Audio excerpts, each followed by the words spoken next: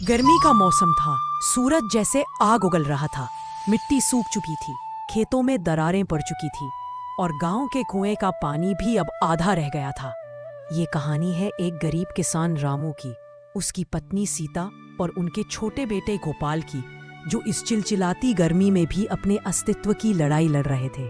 सुबह के 7 ही बजे थे, लेकिन ऐसा लग रहा था जैसे दोपहर हो। रामू सिर पर गमछा बांधे, हाथ में फावड़ा लिए खेत की ओर निकल चुका।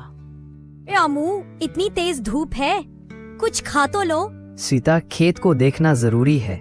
बारिश अब तक नहीं आई। अगर जमीन को पानी न दिया तो फसल का क्या होगा?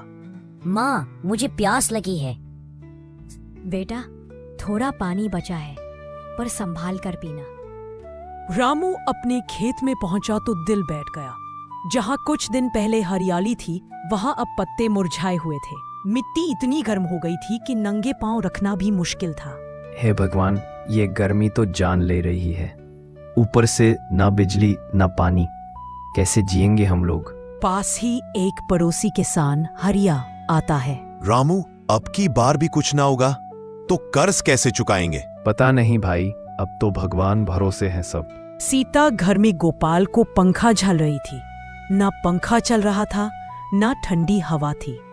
गोपाल बुखार में तप रहा था। हे ठाकुर जी, मेरे बच्चे को कुछ न हो, गर्मी ने तो हालत खराब कर दी। पास की औरतें घर के बाहर बातें कर रही हैं। सीता का बेटा बीमार है, सुना है बहुत तेज बुखार है। गर्मी की वजह से गांव में कई बच्चों को उल्टी दस्त लग गए हैं। पानी भी साफ नहीं मिल रहा। गांव का एकमात्र हैंडपंप अब सबका सहारा था।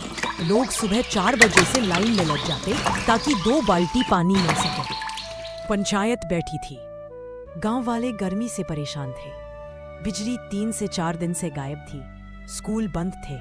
पशु पक्षी तक बेहाल थे। हमें तहसील जाकर अफसरों से पानी और टैंकर की मांग करनी होगी। और बच्चों का इलाज। गर्मी से गांव के 4 बच्चों की हालत नाजुक है। कुछ की मौत भी हो चुकी है। क्या हमारा कोई सुनने वाला नहीं? रात को भी चैन नहीं था। लू की हवा अब भी गर्म थी। गोपाल की हालत और बिगड़ गई थी। रामू, हम डॉक्टर को कैसे लाएं? पैसे नहीं हैं और गांव से शहर तक जाने के लिए साधन भी नहीं। हे भगवान, तूने इतना गर्मी दी, अब थोड़ी बारिश भी भेज दे। अगली सुबह आसमान में बादल थे। ठंडी हवा चली। गांव वाले घरों से बाहर आए। सबकी आंखों में एक ही सवाल था, क्या आज बारिश होगी? माँ, ठंडी हवा चल रही है। आ बेटा, शायद भगवान हमारी सुन रहे हैं। और तभी तप तप पहली बूंदें जमीन पर गिरती रहे।